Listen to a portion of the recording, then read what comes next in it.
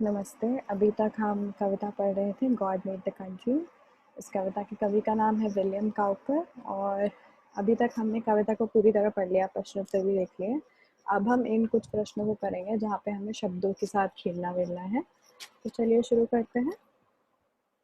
पहला प्रश्न है, correct the spelling of the following words. तो कुछ आपको शब्द दिए गए आपकी कविता से उठा के और उसके अक्षरों को गलत गलत लिखा हुआ, स्पेलिंग गलत लिखी है, तो हमें कविता पढ़ के सही वाले स्पेलिंग लिखनी है। पहला शब्द है अबाउंड। अबाउंड मतलब किसी के साथ लाइक जुड़े रहना एक तरह से, किसी के साथ चलना। तो अबाउंड में यहाँ ए डाला है, ए नहीं होना चाहिए, ओ होना चाहिए। तो A B O U N D होगा, A B A U N D नहीं होगा, तो यहाँ ओ आएगा। फिर है ये कंट्री शब्द यानी देश। तो यहाँ पे भी के देश या फिर गांव या प्रकृति, जैसा हम अभी तक डिस्कस कर रहे थे, चर्चा कर रहे थे। तो KONTRI ये सारा ही गलत है। के हट के सी आएगा, COUN करना होगा, KON नहीं। TRIE भी नहीं होगा, TRY होगा। फिर है सिडान। सिडान यानी रथ। यहाँ बाकी सारा सही है, S आएगा बस, C नहीं। पेंसिव यानी शांत हो जाना, दुख में रहना, थोड़ा अपने मन में रहना, सोचना। यहाँ भी पूरी स्पेलिंग सही है, बस सी नहीं आएगा, ऐसा आएगा यहाँ पे, नीचे मैंने लिखा है। आइडलनेस यानी आलस्य में रहना, कुछ काम नहीं करना। इसमें एल और ई का आगे पीछे कर देना है, IDLE आएगा यहाँ पे, EL नहीं। यहाँ जैसे नीचे लिखा है मैंने। एक्लिप्स यानी किसी के सामने कुछ आ जाना, जैसे चांद का भी एक्लिप्स होता है कई बार। तो चांद छोटा हो जाता है, फिर चांद हमें दिखता नहीं है, तो उस चीज़ को भी एक्लिप्स कहते हैं। तो इधर ECLIPSE होगा, तो ये मैं नीचे लिख दिया। चलिए आगे बढ़ते हैं। Complete the following sentences with the words given below. तो यानी यहाँ पे हमें फिल इन द ब्लैंक्स दिए, वाक्य दिए, एक शब्द हमें इनमें से चुन के डालना है। तो ये मैंने आगे इनके उत्तर भी लिखे हुए हैं, हम अभी चर्चा भी कर लेते हैं इन पर। He dash to beat me यानी वो मुझे मारने के लिए कुछ भी, तो इसमें आएगा ये शब्द थ्रेटन्ड यानी धमकी दी। तो इसने मुझे मारने की धमकी दी, थ्रेटन्ड, तो ये आएगा। फिर dash will not let you rise in life. तो ये चीज़ आपको ज़िंदगी में ऊपर बढ़ने से नहीं रोकेगी। तो इसमें क्या हो सकता है? आइडलनेस। आइडलनेस मतलब कुछ काम नहीं करना, आलस्य में रहना। तो idleness will not let you rise in life, मतलब आलस्य में रहोगे तो आप जीवन में आगे नहीं बढ़ोगे। Did you dash the sweet dish. क्या आपने स्वीट डिश को क्या कुछ करा? टेस्ट खाया, टेस्ट मतलब चखना, तो क्या आपने स्वीट डिश को चखा? Like a dash I just moved here and there. इस चीज़ की तरह मैं बस यहाँ वहाँ घूमता रहा।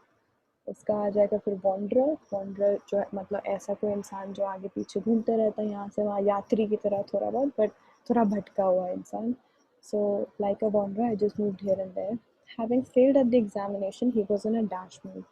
यानी उस एग्ज़ाम में फेल कर गया, अपनी परीक्षा में फेल कर गया, तो वो एक ऐसे मूड में था, तो ऑब्वियसली अच्छे मूड में नहीं होगा।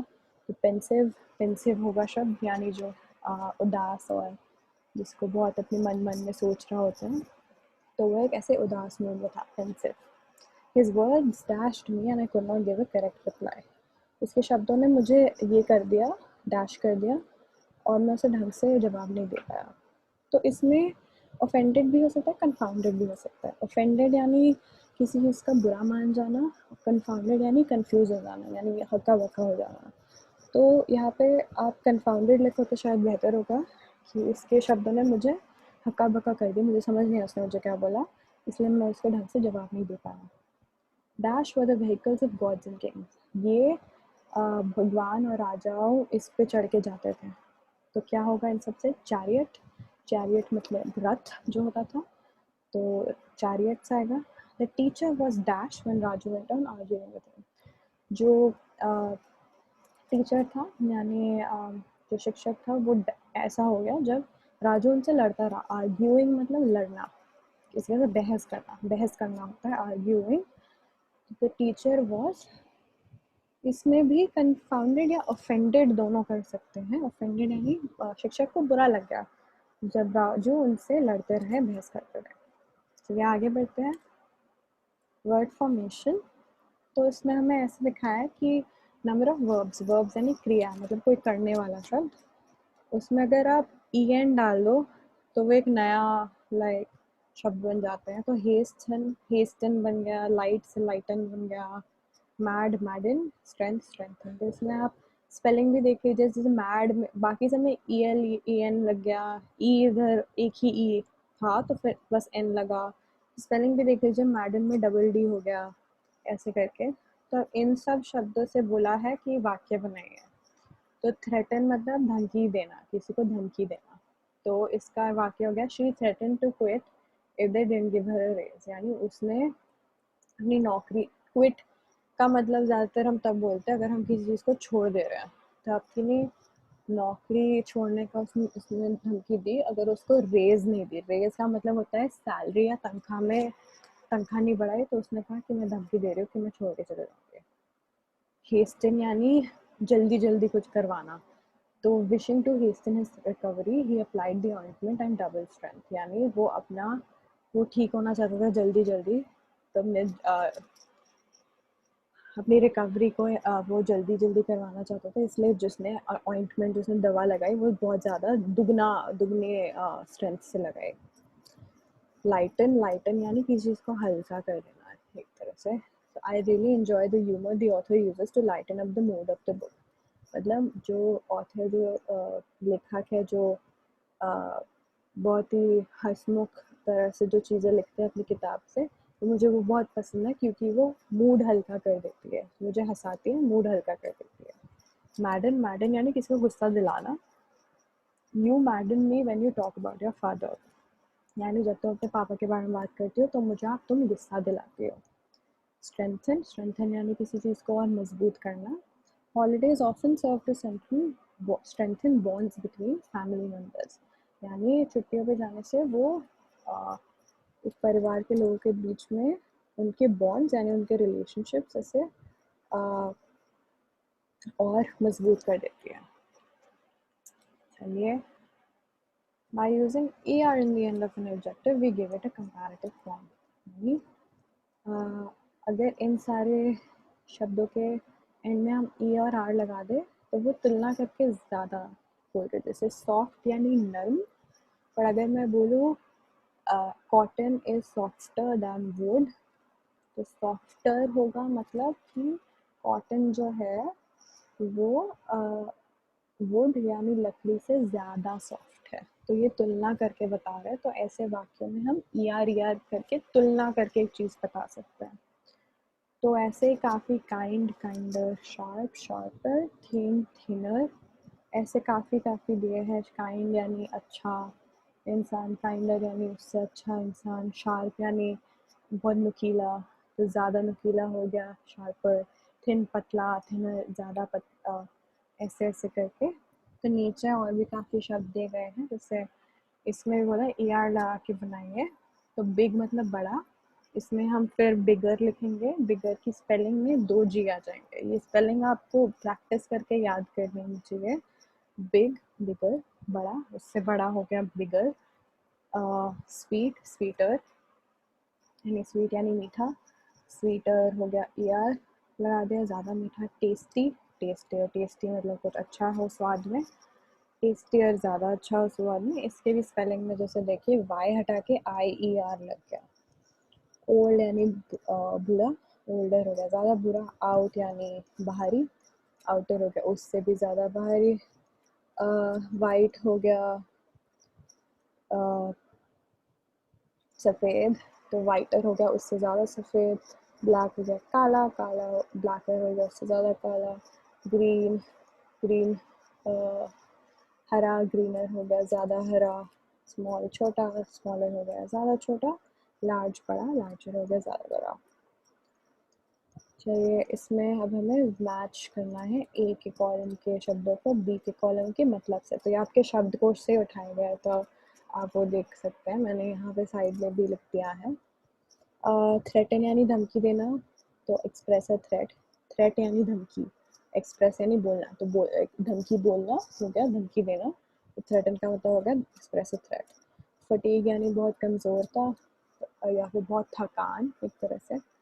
तो फटीग यानी थकान, तो एग्जॉशन एक और शब्द होता है, टायर्ड, थकान वैसे। एलिमेंट यानी जो कुदरत में ऐसा ही पाया जाए, जो मतलब किसी इंसान ने नहीं बनाया होता। तो एलिमेंट हो गया नेचुरल क्वालिटी, जो हमें कुदरत की ही दी गई एक गुण है। स्पेयर यानी कुछ और एक्स्ट्रा होना, स्पेयर यानी एक्स्ट्रा, जो चाहिए उससे थोड़ा ज़्यादा होना, तो additional to what is required.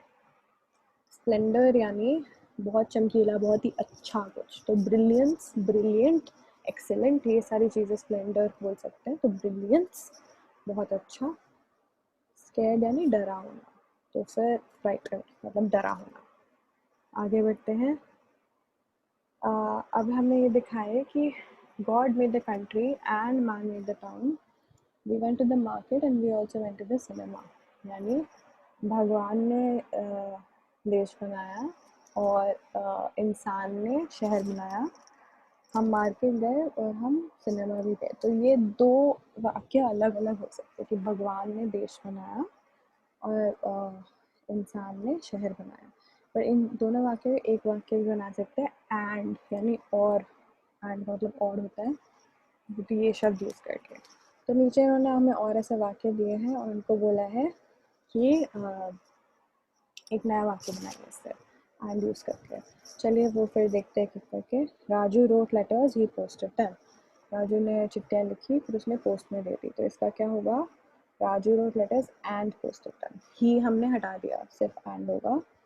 Raju ने लेटर लिखी और पोस्ट करा।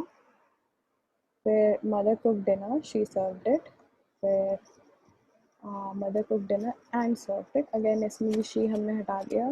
ये बस रूल्स होते हैं इंग्लिश भाषा की, तो आप देख सकते हैं। माँ ने डिनर बनाया, रात का खाना बनाया और सर्व करा और परोसा। The teacher taught the lesson and asked us to do exercise, यहाँ पे ही हट जाएगा और एंड होगा। तो शिक्षक ने हमें पढ़ाई मतलब लेसन पढ़ाया and asked us to do exercise, और हमें इसके प्रश्न उत्तर करने को कहा। राजन saw a puppy in the street, he brought it home. राजन ने एक छोटा पिल्ला कुत्ता देखा गली में और उसको घर ले आया। एंड brought it home, तो ही हट गया इसमें भी। Boys were playing, they were making a noise. लड़के खेल रहे थे और उनको शोर मचा रहे थे। The boys were playing and were making noise. यहाँ पे भी and आ गया, they हट गया। King gave him land, the queen gave him jewels. मतलब राजा ने उसको दिया, ज़मीन दिया और रानी ने उसको गहने दिए। The king gave him land and the queen gave him jewels. तो यहाँ पे हमने the queen नहीं हटाया, हर जगह हम he they हटा रहे थे क्योंकि वो एक ही इंसान कर रहा था दोनों चीज़ें, तो बार बार बोलने की ज़रूरत नहीं थी कि Raju wrote letters and he posted them, मतलब राजू ने ही लिखा और राजू ने ही भेजा, तो वो ही बार बार करने की ज़रूरत नहीं थी। एक बार राजू हमने वाक्य के स्टार्टिंग में शुरुआत में लिख दिया था तो वो लिखने की ज़रूरत नहीं थी। बट यहाँ पे दो अलग अलग काम, वो कार्य अलग अलग कार्य कर रहे हैं। तो राजा ने तो ज़मीन दिया बट रानी ने गहने दिए, तो इसलिए हमने रानी को रखा है इस वाक्य में। तो the king gave him land and the queen gave him jewels. He went to the circus, his friends went to the cinema, तो इसमें भी हिज फ्रेंड्स रहेगा, शी ही देख के जैसे हटेगा नहीं, तो ये हो जाएगा कि he went to the circus and his friends went to the cinema, यानी वो सर्कस देखने गया और उसके दोस्त मूवी देखने गए, सिनेमा देखने गए। And his friends went to the cinema. We will go to Delhi, they will go to Jaipur. इसमें भी अब दो अलग अलग लोग दो अलग अलग कार्य कर रहे हैं, तो ये भी इधर दे नहीं हटेगा। जैसे होगा we will go to Delhi and they will go to Jaipur, तो हम जा रहे हैं दिल्ली और वो जा रहे हैं जयपुर। यहाँ गलती होगी क्योंकि दो अलग अलग लोग अलग अलग काम कर रहे हैं, तो हम ये नहीं बोल सकते थे we will go to Delhi and will go to Jaipur, तो इसका मतलब ही अलग हो जाएगा। इसका मतलब होगा कि हम भी जा रहे हैं दिल्ली, हम भी जा रहे हैं जयपुर। जबकि यहाँ इस वाक्य ये बताना चाहते हैं दोनों वाक्य कि हम दिल्ली जा रहे हैं बट वो लोग मतलब they will go to Jaipur, वो लोग जयपुर जा रहे हैं, इसलिए यहाँ बस एंड लग जाएगा यहाँ बीच में।